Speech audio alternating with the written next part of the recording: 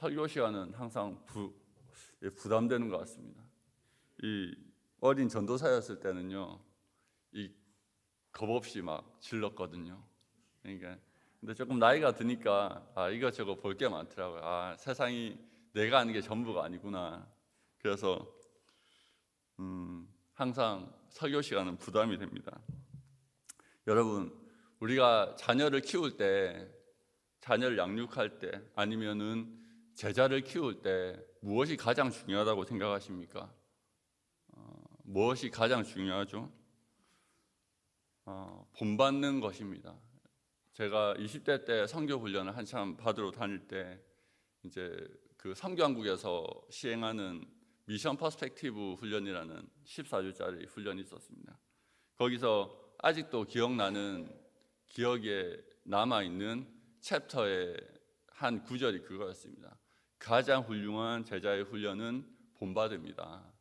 여러분, 우리가 자녀를 양육하든 우리가 우리의 제자를 양육하든 그들에게 가장 임팩트 있고 가장 직관적이고 가장 훌륭한 가르침은 우리가 어떻게 살아가느냐, 그 삶의 문제인 것 같습니다. 요한복음 1장에 보면은 예수께서 그 이제 역사에 등장하시고 세례를 받으시고 그리고 활동을 시작하실 때 세례 요한의 제자 중에 2명이 예수님을 쫓는 장면이 나옵니다. 우리 말씀 한번 보겠습니다. 띄워주시겠습니까? 요한복음 1장 38절에서 39절 말씀 한번 같이 읽어보겠습니다. 시작. 예수께서 돌이켜 그 따르는 것을 보시고 물어 이르시되 무엇을 구하느냐? 이르되 랍비여 어디 계시오니이까? 예수께서 이르시되 와서 보라. 그러므로 그들이 가서 계신 데를 보고 그날 함께 가니 때가 10시쯤 되었더라. 아멘. 이 제자들이, 이 요한의 제자들이 예수님이 하나님의 어린 양이라는 그 이야기를 듣고 예수님을 쫓기 시작합니다. 그때 이 예수님께서 그 따르는 그 제자들 보고 자기 주변에 기웃기웃하니까 야 너희들 뭐 바래라고 이야기했잖아요. 제자들이 이야기합니다. 주님 어디 계시옵니까? 어디 계십니까? 물어보죠. 근데 이 물음이 단순히 어디에 거처하느냐, 어디에 사느냐 이런 물음이 아니죠. 어떤 물음입니까? 당신은 어떤 존재입니까? 당신은 어떤 분입니까? 무엇이 당신으로 하여금 살게 하십니까? 당신의 가치는 무엇입니까? 이런 총체적인 질문이 이 하나의 문장에 함축된 거예요. 당신 어디 계십니까? 했을 때 예수님께서 뭐라고 말씀하셨다고요? 와보라. 와보라. 와서 어떻게 해요? 함께 거하는 거예요. 예수님의 제자의 훈련의 방법은 뭐였다고요? 함께 거하는 것이었습니다. 사도들은 그렇게 탄생되어졌습니다. 예수 그리스도의 제자들은 그렇게 탄생되어졌습니다. 예수님과 함께 거하며 그분을 본받음으로 말미암아 그렇게 탄생되어졌습니다. 아까 제가 말씀 처음 시작할 때 뭐라고 말씀드렸습니까? 최고의 훈련은 뭐라고요? 본받음이다. 예수님 또한 그렇게 하셨고 그러기 위해서 한마디 하셨습니다. 와 보라. 제가 수요 예배 때 그 말씀 드렸나요? 최고의 전도법 뭐라고요? 와 보라 전도법. 야 너희 교회에 어떤 특징이 있어? 와봐. 와봐야 알지. 똥인지 된장인지 찍어봐야 알잖아요. 그렇죠? 여러분 맛봐야 아는 겁니다. 다윗도 그렇게 선포했죠. 그렇게 기도했습니다. 그렇게 찬양했습니다. 너희는 여호와의 선하심을 뭐해서 하려고요? 맛보아 하려고요. 여러분 경험해보지 못하면 모르는 거예요. 그렇기 때문에 예수님께서는 그들로부터 그 제자들에게 와서 보라, 와서 경험해보라고 말씀하셨습니다. 예수를 따르고 예수의 사도였던 바울이 오늘 말씀에서 그렇게 이야기합니다. 형제들아 너희는 나를 본받으라. 그리고 너희가 우리를 본받은 것처럼 그와 같이 행하는 자들을 눈여겨보라. 바울도 감히 그렇게 이야기해요. 나를 본받으라. 이 본문에서만 이야기하는 게 아니고요. 고린도전서 11장 1절에서도 내가 그리스도를 본받는 것처럼 너희도 나를 본받으라 라고 이야기합니다. 몇 장 몇 절요? 고린도전서 11장 1절에 내가 그리스도를 본받는 것처럼 너희도 나를 본받으라. 여러분, 그렇게 여러분들의 자녀들에게, 여러분들의 제자들에게, 여러분의 지체들에게 말할 수 있는 하나님의 자녀들 되었으면 좋겠습니다. 여러분, 요즘에 교회가 왜 힘을 잃어버렸을까요? 그 영향력 넘치던 이 대한민국의 교회, 한국의 트렌드를 앞서가던 그 교회, 그렇죠? 그 교회가 왜 그렇게 힘을 잃어버렸을까요? 정말로 슬픈 일입니다. 예전에 동네에서 부흥회를 하면, 그렇죠? 사람들이 막 몰려다녔어요. 엄청나게 많은 숫자들이 그 부흥회에 참여하고 부흥사들이 설교할 때마다 기적이 일어났습니다. 아마 제가 생각하기로 제가 그 마지막 세대인 것 같아요. 20대 때까지만 해도 정말로 많은 이적들이 교회 안에서 일어났습니다. 그런데 어느 순간 성령의 역사는 그치고 교회의 영향력은 줄어들었습니다. 왜 그렇습니까? 3장 18절에서 19절 오늘 말씀 한번 읽어보겠습니다. 시작. 내가 여러 번 너에게 말하였거니와 이제도 눈물을 흘리며 말하노니 여러 사람들이 그리스도의 십자가의 원수로 행하느니라.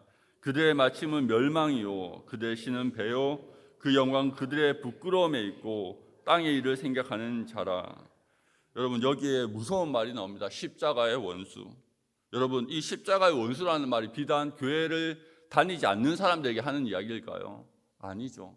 그냥 세상 사람들이 그냥 하나님 모르고 그냥 살아가는 거예요. 자기 마음대로, 자기 욕망대로. 그런데 여기서 십자가의 원수라는 거는요, 교회 다니고 교인이라는 이름은 가지고 있지만 그 복음대로 살아가지 않는 사람들을 보고 이야기하는 겁니다. 오늘 말씀에 보니까 그렇게 나와 있어요. 그들의 마침은 멸망이요 그들의 신은 배요 그 영광은 그들의 부끄러움에 있고 땅의 일을 생각하는 자라. 이걸 역순으로 읽어볼까요? 그들의 특징은요, 땅의 일을 생각하는 자입니다. 그리고 그들이 영광스럽게 생각하는 일은요, 하나님이 보시기에는 부끄러운 일이에요. 그들은 영광스럽게 생각하는데요, 하나님 보시기에는요, 그 일이 너무 부끄럽다는 거예요. 그들의 신은 뭐라고요? 배. 뭐요? 육체적인 만족감, 세속적인 성공, 그것이요 그들의 신이라는 거예요. 한마디로 이 사람들은요, 세상의 소망을 가지고 세상의 성공을 위해서 살아가는 사람들. 하나님을 믿는다라고 하지만 교회 출석은 하고 있지만 그들의 목표가 뭐라고요? 세상의 성공. 그 사람들 보고 바울은 두렵게도 뭐라고 이야기합니까? 십자가의 원수라고 이야기합니다. 분명히 언어는, 분명히 그들이 쓰는 용어는 종교적인 용어를 쓰지만 그들이 정작 추구하는 가치를 바라보고 그들의 삶을 바라봤을 때 저 사람들 교회를 다니는데 저들이 추구하는 가치는 세속적 가치야 라고 사람들이 다 본다는 거예요. 여러분, 오늘 말씀을 기록한 바울의 삶이 어떻습니까? 바울의 삶은요, 정말로 성공과 거리가 먼 삶을 살았습니다. 삶의 마지막까지 충성되게 하나님을 따랐던 바울, 주님의 길을 따랐던 바울은요, 성공보다는요, 고난과 그리고 환난으로 점철되어져 있습니다. 바울은요, 정통 유대인이었습니다. 그리고 가말리엘 학파라는 아주 유력한 그 유대교 학파의 제자였어요. 율법에 통돌한 사람이었어. 스스로 생각하기를 나는 히브리인 중에 히브리인이요, 그렇게 율법에 있어서는 흠이 없는 자라고 말할 정도로 유대교의 깊은 이해를 하고 있었습니다. 이 사람이 어디에 사도로 갑니까? 어떤 사도가 됩니까? 이방인의 사도가 돼요. 분명히 세속적 가치관으로는 이 사람이 성공적인 사역을 하기 위해서는 어디에 누구의 사도가 되어야 돼요? 유대인의 사도가 되어야 돼요. 이 바울은요, 어디로 갑니까? 이방으로 갑니다. 근데 반대로 우리가 흔히 유대인의 사도라고 했던 베드로 베드로가 난 곳이 어디죠? 갈릴리. 나고 자란 곳이 갈릴리입니다. 근데 구약 성경에 보니까 그렇게 나와 있어요. 갈릴리에는 선지자가 날 수 없다. 이방 땅 갈릴리요. 거의 이방 땅 취급을 받을 만큼 이방과의 문화에 깊이 접촉되어져 있어서 이방 문화를 오히려 더 잘 이해하는 사람이 베드로였어요. 근데 그가 어디로 갑니까? 유대인들로. 하나님의 방법이 이상하잖아요. 그렇죠? 우리가 생각하는 성공 방정식과 정반대로 가잖아요.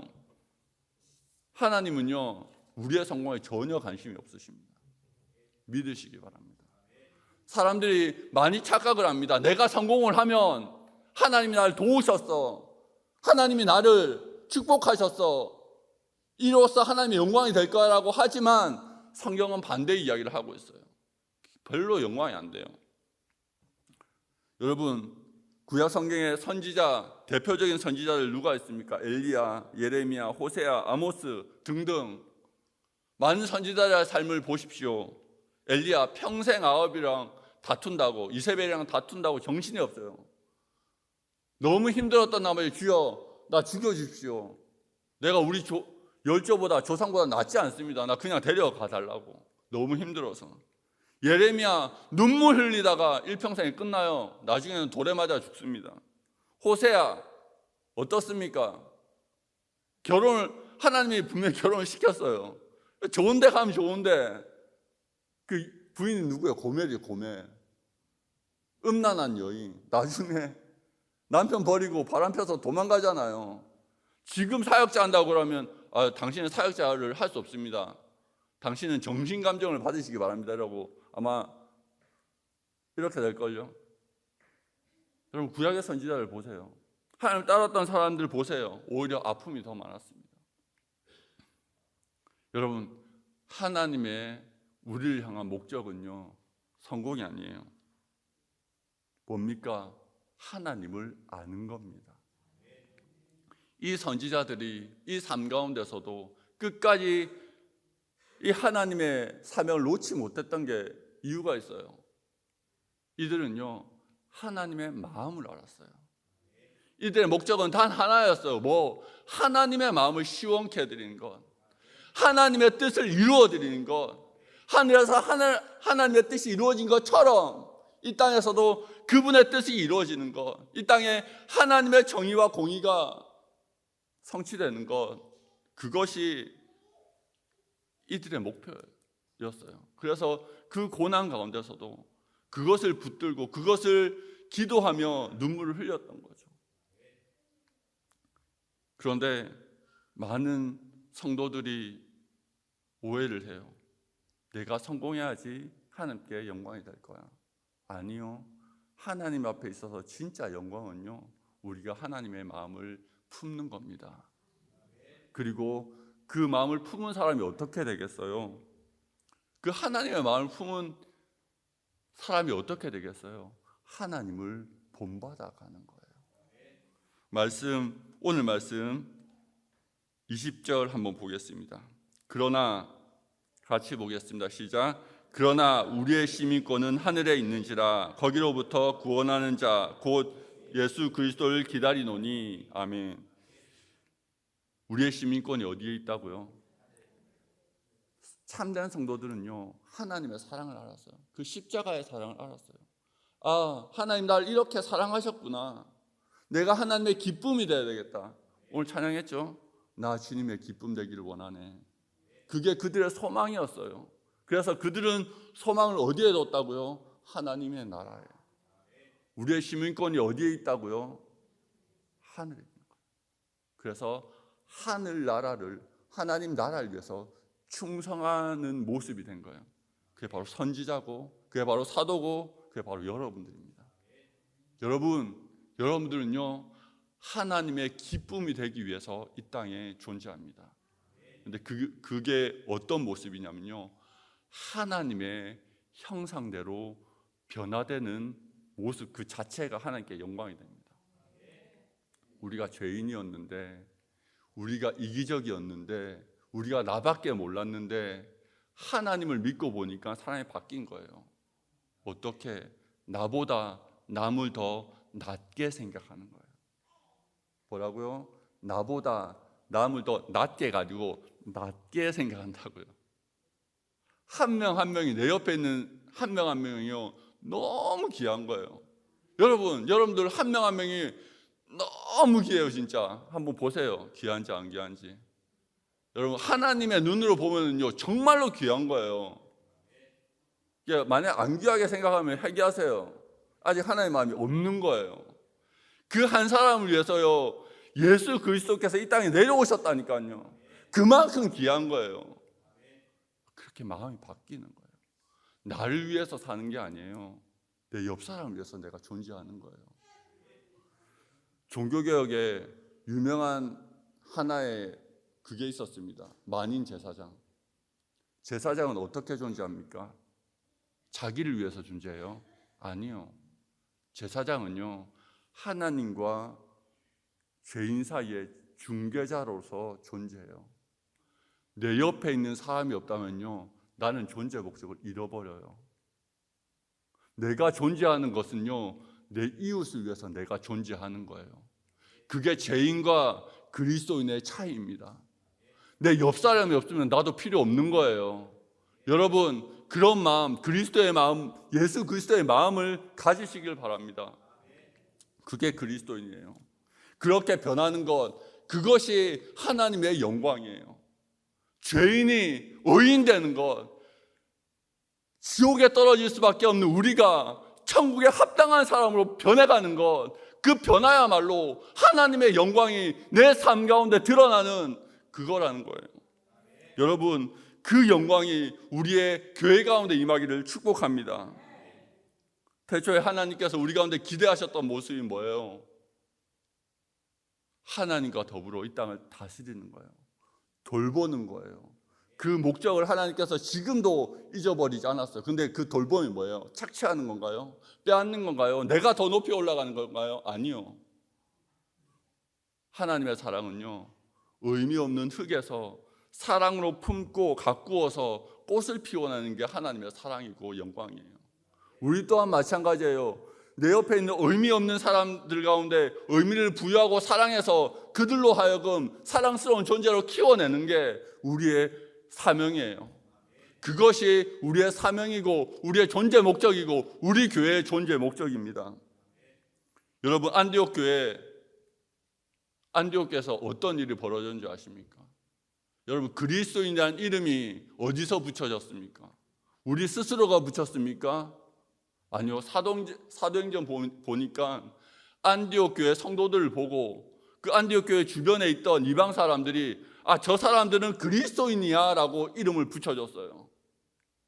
저 사람들은 그리스도가 아니면 설명이 안 되는 사람들이야. 저 사람들은 이상하게도 종들도 사랑한대. 주인이 종들을 우대한대. 이상한 거예요. 바라보면서 저 사람들은 그리스도가 아니면 설명이 되지 않는구나 라고 그리스도인이라는 이름을 붙인 겁니다. 무슨 뜻입니까? 무슨 뜻이에요? 세상이 우리를 알아본다는 거예요. 여러분, 우리 이 순천 지역에 수많은 이방인들이 있습니다. 예수를 믿지 않는 사람들이 알아보는 교회가 되기를 원합니다. 저 순천 영광교회는 그리스도가 아니면 설명되지 않는 공동체구나. 나도 저 공동체에 들어가고 싶다. 그렇게 생각하고 있는데 갑자기 여러분들이 딱 가가지고 한마디 하는 거예요. 와보라. 오겠어요? 안 오겠어요? 옵니다. 반드시 옵니다. 여러분, 내년에는 우리가 부흥의 한 해로 만들어야 되지 않습니까? 그것을 위해서 우리가 기도해야 되지 않겠습니까? 그거는 이벤트가 아니고 캠페인이 아닙니다. 먼저 우리가 그분의 마음을 본받아서 땅의 일이 아니라 우리가 어디에 속해 있는지 깨닫고 그리고 그 깨달음대로 다른 일을 위해서 살아가는 20절 한번 같이 읽어보겠습니다. 그는 만물을 자기에게 복종하게 하실 수 있는 자의 역사로 우리의 낮은 몸을 자기의 영광의 몸의 형체와 같이 변하게 하시리라. 여러분, 우리의 소망입니다. 그런데요, 주께서 오시는 날 우리가 온전히 변하기 위해서는요, 지금부터 변해야 돼요. 그게 바로 성화와 영화입니다. 그거는 단순한 관념이 아닙니다. 성령이 우리 가운데 임하셔서 지금부터 이루어지는 그 일이 그리스도 예수께서 오시는 날 온전히 이루어지는 겁니다. 지금부터 변하지 않는 사람은요, 그때도 변할 수 없어요. 지금부터 십자가의 도를 따라가지 않는 자는요, 그때도 따라가지 못합니다. 여러분, 지금부터 변화에 힘쓰시기 바랍니다. 내가 주님을 본받아 변하지 못하고 있다면 하나님 앞에 울면서 매달리시길 바랍니다. 주님, 내가 섬길 수 있는 사람 되십시오. 주님, 내가 정말로 다른 일을 위하여 죽지는 못하겠지만, 저 사실 그건 자신이 없습니다.